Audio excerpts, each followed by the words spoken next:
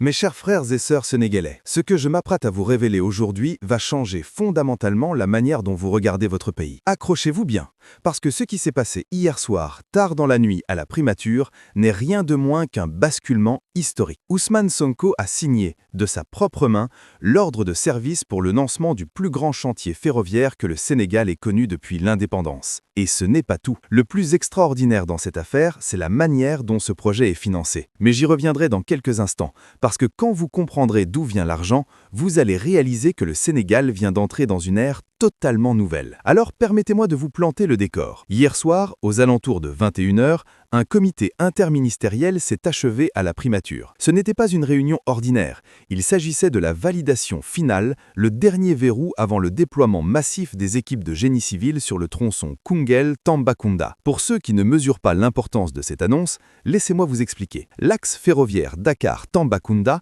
c'est la colonne vertébrale économique du Sénégal. C'est la ligne de vie qui relie la capitale au cœur profond du pays, à l'est, à ces régions qui pendant des décennies ont été oubliées, marginalisées, laissées à elles-mêmes par tous les régimes précédents. Sous Abdoulaye Wade, on en parlait. Sous Macky Sall, on faisait des études qui coûtaient des milliards et qui finissaient dans des tiroirs. Aujourd'hui, sous Ousmane Sonko, les engins de chantier sont en route, les équipes de génie civil se déploient. Ce n'est plus du blabla, c'est du concret, du palpable, du visible. Mais attendez, parce que le plus fascinant dans cette histoire, c'est le financement.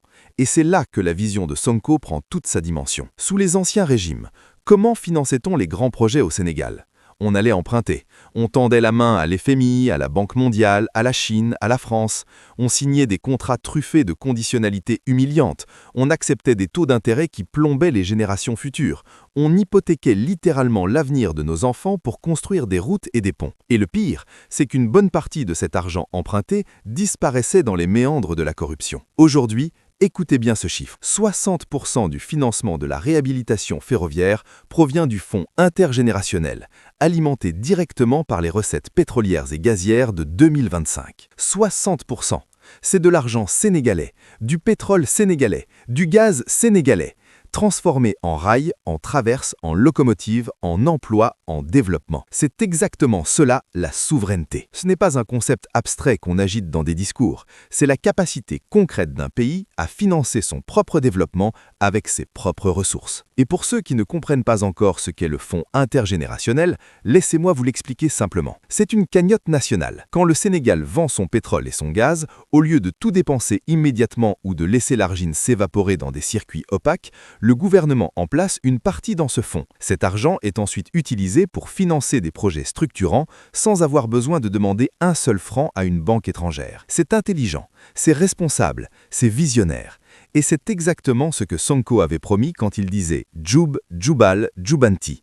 La droiture, la rigueur, la transparence, appliquées non pas seulement à la gouvernance quotidienne, mais aux grands travaux, aux investissements massifs qui transforment un pays. Maintenant, parlons de l'impact géopolitique, parce que ce train, ce n'est pas juste un moyen de transport, c'est une arme économique redoutable. Quand vous reliez Dakar à Tambacounda par un rail moderne et efficace, vous ne désenclavez pas seulement l'est du Sénégal, vous captez le fret malien. Vous devenez le passage obligé pour tout ce qui entre et sort du Mali, du Burkina, du Niger. Vous positionnez le port de Dakar comme le hub logistique incontournable de toute l'Afrique de l'Ouest.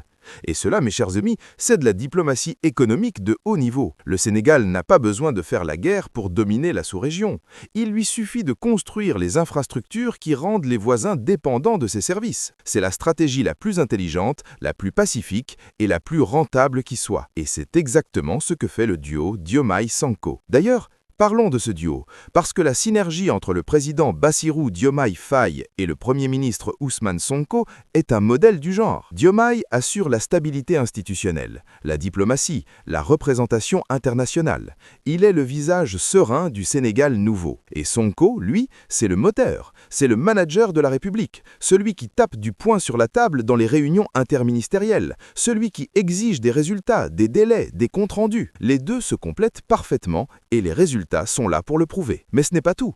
Pendant que le train se met en marche, une autre révolution silencieuse est en cours. Ce matin même, à 9 heures, le ministère de l'Hydraulique et de l'Agriculture a confirmé le début effectif des travaux de raccordement des canaux du grand transfert d'eau vers le bassin arachidier. Des engins sont déjà sur site à Kaolack et à Fatick. Pour ceux qui ne connaissent pas le GTE, c'est un projet qui consiste à prendre l'eau là où elle est abondante, dans le fleuve Sénégal, dans le sud, et à l'acheminer par des canaux vers les zones sèches du centre et du nord. L'objectif est colossal, irriguer 50 000 hectares de terres arides d'ici 2027. 50 000 hectares! C'est la fin de l'agriculture saisonnière, la fin de la dépendance aux pluies capricieuses, la fin de l'importation massive de riz et de légumes. C'est la souveraineté alimentaire. Et quand un pays maîtrise son eau et sa nourriture, il ne dépend plus de personne. Les sceptiques, ceux qui qualifiaient ce projet de pharaonique, d'irréalisable, de fantasme politique, sont aujourd'hui réduits au silence.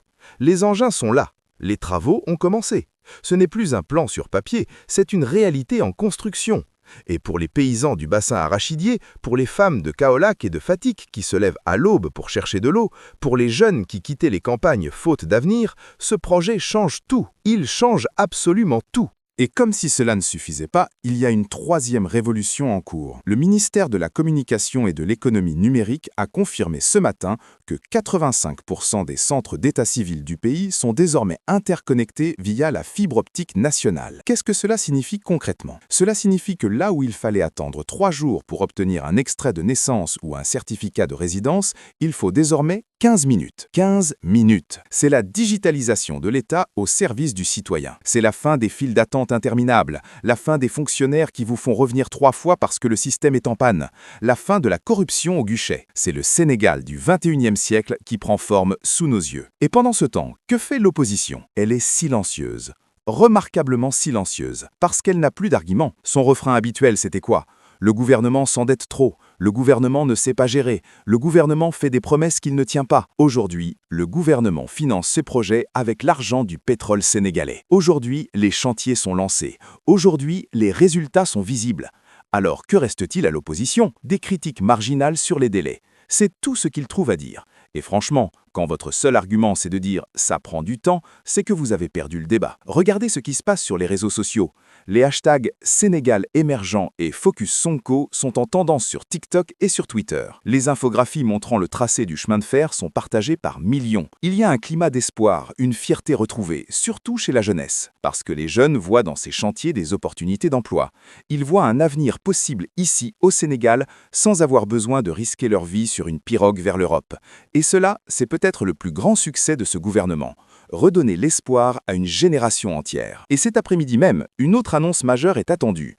L'inauguration à Diamniadio d'une unité d'assemblage de panneaux solaires estampillés Made in Sénégal. Ce n'est pas juste une usine, c'est un symbole. C'est le fruit d'un partenariat public-privé renégocié par le gouvernement actuel pour garantir un véritable transfert de technologie. Pas comme avant, où les multinationales venaient exploiter nos ressources et repartaient avec les profits.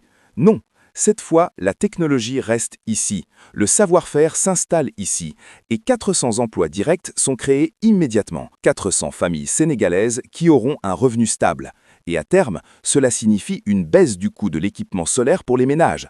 L'énergie propre, accessible, abordable, produite au Sénégal, par des Sénégalais, pour des Sénégalais. Ce que nous observons en ces 24 heures, ce n'est pas simplement de l'actualité politique, c'est un changement de paradigme. C'est le passage d'un Sénégal qui mendiait à un Sénégal qui bâtit, d'un Sénégal qui subissait les décisions du FMI à un Sénégal qui décide souverainement de son avenir, d'un Sénégal où les richesses naturelles profitaient aux multinationales à un Sénégal où le pétrole et le gaz financent les écoles, les hôpitaux, les routes et les trains. Dans les 48 heures qui viennent, les images des engins de chantier arrivant à Tambacounda vont inonder tous les médias. Ces images seront la preuve irréfutable que la parole de ce gouvernement est une parole d'action. Et dans les 3 à 6 mois qui suivent, attendez-vous à une baisse significative de la tension sociale. Les syndicats auront moins de raisons de crier parce que le gouvernement prouve par les faits qu'il réinvestit la richesse nationale dans l'économie réelle, dans la vie quotidienne des Sénégalais. Alors oui, tout n'est pas parfait, oui, il reste des défis, oui, les travaux prendront du temps, mais la direction est claire, la vision est limpide, et surtout, l'argent est là. Il ne vient pas de Paris, pas de Washington, pas de Pékin, il vient de Sangomar et de GTA. Il vient de notre sol, de notre mer, de notre sueur, et il est investi pour notre avenir. C'est cela, le Sénégal de Diomaye et Sonko. C'est cela le projet Djoub, Djoubal, Djoubanti en action. Et si vous avez été inspiré par cette analyse, partagez cette vidéo massivement. Que chaque Sénégalais sache ce qui se passe dans son pays. Que chaque citoyen comprenne que nous vivons un moment historique. Le Sénégal se lève et personne ne pourra l'arrêter.